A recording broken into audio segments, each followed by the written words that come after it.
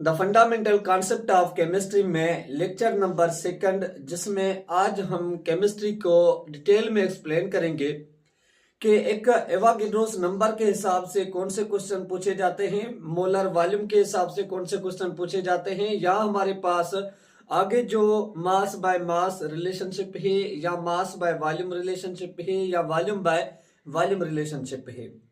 तो इस वीडियो को कंप्लीट लाजमी देखना लास्ट तक, ताकि आपकी एक भी पॉइंट मिस ना हो जाए। मैं ये जो पॉइंट्स यहाँ पे शेयर करूंगा आपके साथ, वो टोटल एंट्री वाली पॉइंट्स होंगी। टोटल जो हमारे पास एंट्री में क्वेश्चन पूछे जाते हैं पास्ट पेपर्स में, उनको मैं यहाँ पे क्या करूंगा कि सॉल्व करवा दूंगा। अब डिस्कस करते हैं fundamental concept of the chemistry में। प्रीवियस में एक हमने टॉपिक पढ़ा था कि एवोगाड्रोस नंबर। एवोगाड्रोस नंबर के हिसाब से कौन से क्वेश्चन हमसे पूछ सकते हैं, तो मैं थोड़ा सा इसको एक्सप्लेन कर दूंगा। देखिए, एवोगाड्रोस नंबर क्या होता है।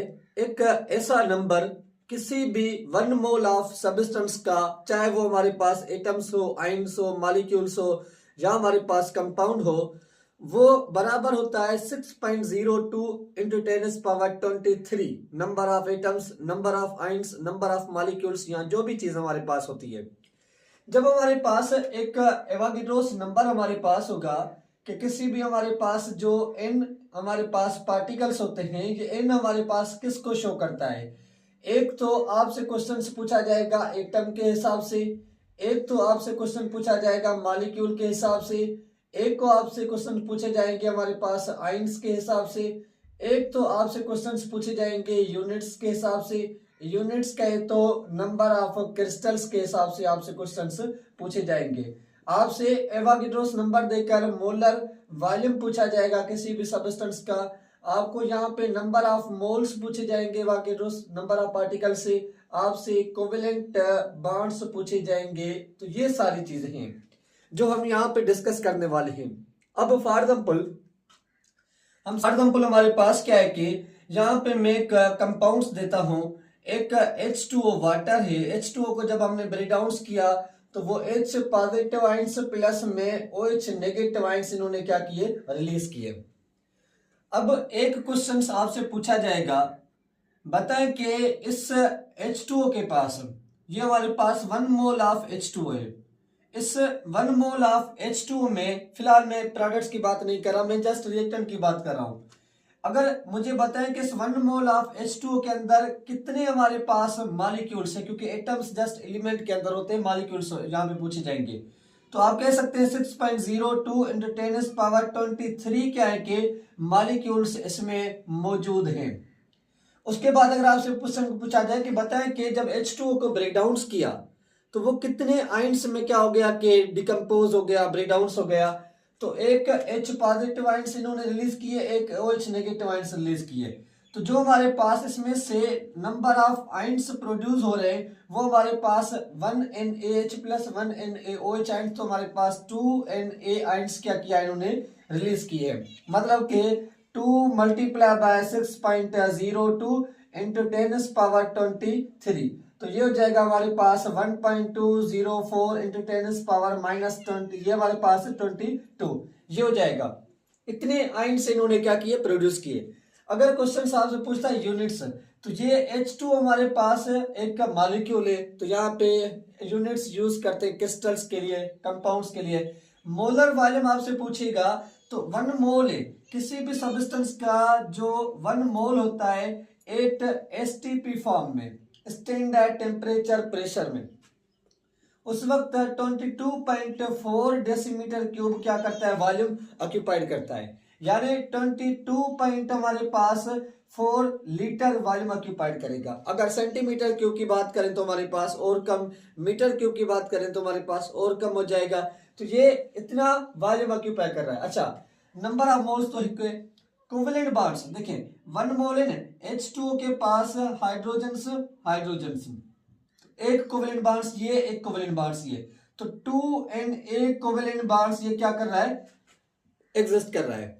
तो एक एमसीक्यूज आपका ये क्या हो जाएगा, क्लियर हो जाएगा। जैसे कि आपसे दूसरा क्वेश्चन से NaCl सोडियम क्लोराइड को ब्रेक डाउन किया तो Na पॉजिटिव आयंस प्लस में क्लोरीन नेगेटिव आयंस रिलीज की।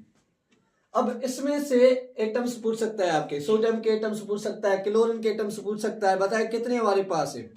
तो 1Na है, तो 1Na हमारे पास एटम्स क्या कर रहा है कि रिलीज कर रहा है। 1 हमारे पास Na जो हमारे पास है वो क्लोरीन के एटम्स प्रोड्यूस कर रहा है, ये हो जाएगा इसमें से। अगर हमसे क्वेश्चन पूछा जाए क्रिस्टल्स तो बताए, तो वो भी हमारे पास 1 मोल है, तो 1 एवोगाड्रोस नंबर क्रिस्टल्स है।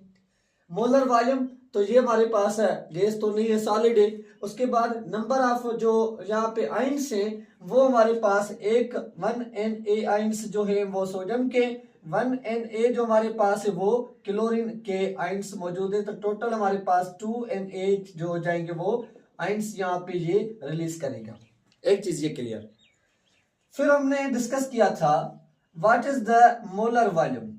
जो मोलर वॉल्यूम होता है वो वॉल्यूम हमारे पास क्या होता है, देखिए किसी भी एनी 1 मोल ऑफ गैस का, किसी भी एनी जो 1 मोल होता है किसका, एनी मोल ऑफ गैस जो हमारे पास होता है 8 STP फॉर्म में।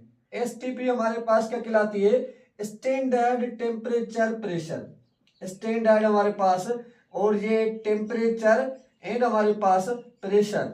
कोई भी गैस का जो स्टैंडर्ड टेम्परेचर होता है वो 273 केल्विन होता है, 0 सेल्सियस होता है, और जो 1 atm क्या होता है, प्रेशर होता है। उसकी जो कंसंट्रेशंस होती है वो 1 मोलर सॉल्यूशंस कंसंट्रेशंस होती है किसी भी सब्सटेंस की। उस वक्त वो जो हमारे पास 1 मोल ऑफ गैस होता है वो 22.4 लीटर वॉल्यूम क्या करता है, क्या ऑक्यूपाइड करता है। आप उसको नाम देते हैं किसका, एज अ मोलर वॉल्यूम का नाम देते हैं, वो हमारे पास मोलर वॉल्यूम कहलाता है। यही हमारे पास 22.4 डेसीमीटर क्यूब भी हो जाएगा। अगर आप सेंटीमीटर क्यूब में लेके आए इसको तो आप इसको 1000 के साथ, क्योंकि ये लीटर्स बड़ा है, जो सेंटीमीटर्स होता है वो छोटा होता है, 1000 के साथ मल्टीप्लाई करें वो हमारे पास हो जाएगा। उसके बाद उसको मल्टीप्लाई करें वो हमारे पास आ जाएगा। उसके बाद हमारे पास अब डिस्कस करते हैं एक क्वेश्चंस के हिसाब से, न्यूमेरिकल्स के हिसाब से, क्योंकि यहां तक तो मैंने प्रीवियस में पढ़ाया था। नंबर 1 पॉइंट, चाहे हमारे पास CO2 गैस है, N2 गैस है, O2 गैस है, H2 गैस है, या हमारे पास NO2 गैस है, ये सारी की सारी क्या गैसेस हैं। अगर इन सारी गैसेस को इस कंडीशंस पे रखा जाए, स्टैंडर्ड टेम्परेचर प्रेशर पे रखा जाए, तो ये सारी की सारी गैस जो है वो वॉल्यूम ऑक्यूपाइड करेंगे कितना, इतना हमारे पास वॉल्यूम ऑक्यूपाइड करेंगे। चाहे हमारे पास कार्बन डाइऑक्साइड हो, चाहे हमारे पास नाइट्रोजन हो, चाहे हमारे पास O2 H2 कोई भी हो।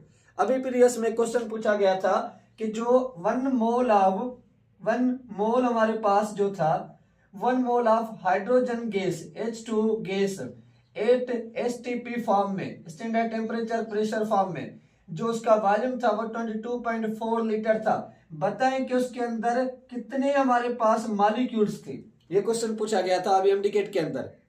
तो उसके अंदर जो मॉलिक्यूल्स हमारे पास होते हैं वो 6.02 × 10⁻23। वजह क्यों, क्योंकि 22.4 लीटर बराबर होता है 1 मोल के, और 1 मोल बराबर होता है 1 एवोगाड्रोस नंबर के।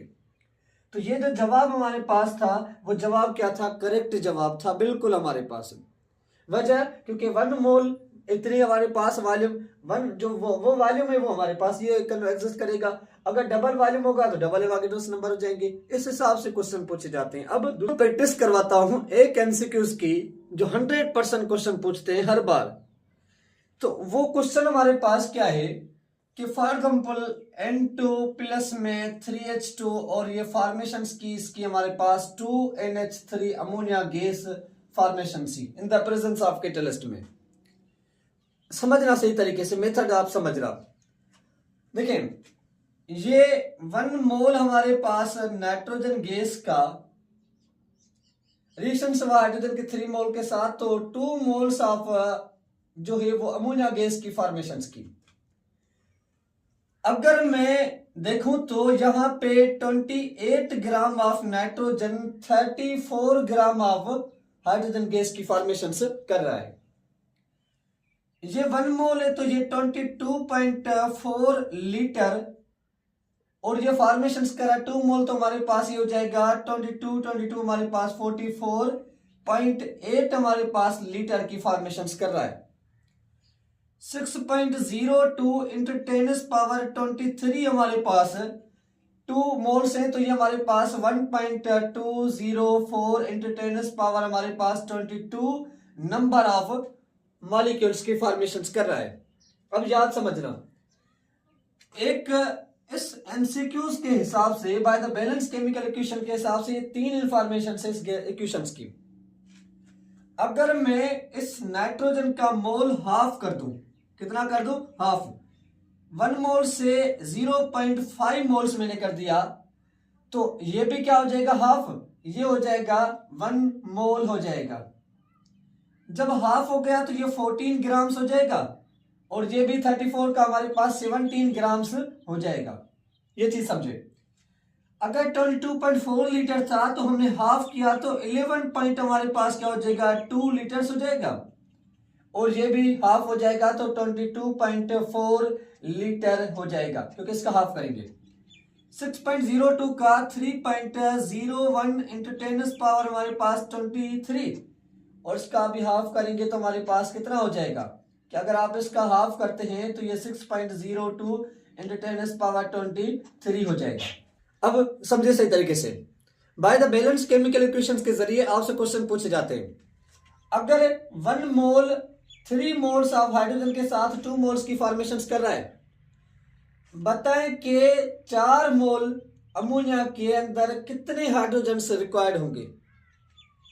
अगर जो हमारे पास यहां पे क्या है कि 2 मोल्स में 3 मोल्स ऑफ हाइड्रोजन रिक्वायर्ड है, बताएं कि 4 मोल्स में कितने हो जाएंगे। तो हमारे पास अगर 3 मोल्स 2 मोल्स बना रहे हैं तो 6 मोल्स जो होंगे वो हमारे पास 4 मोल्स ऑफ अमोनिया की क्या करेंगे? फॉर्मेशन करेंगे।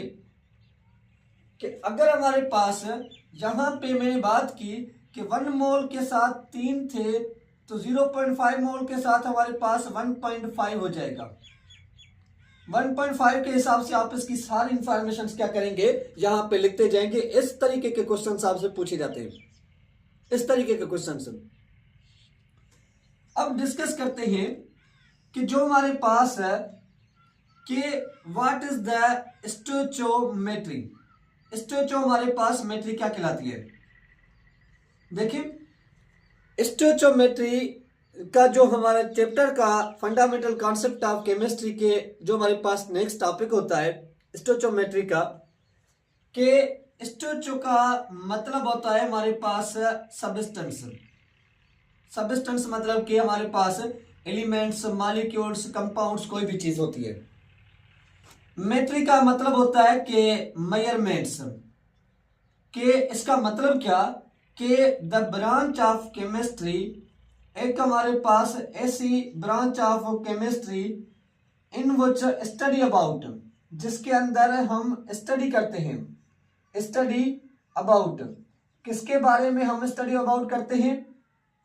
कि what is the relationship between reactant and products. एक रिएक्टेंट्स और प्रोडक्ट्स के अंदर क्या रिलेशनशिप होता है, आप उसको नाम देते हैं, एक स्टोइचियोमेट्री का नाम देते हैं। स्टोइचियोमेट्री के अंदर आप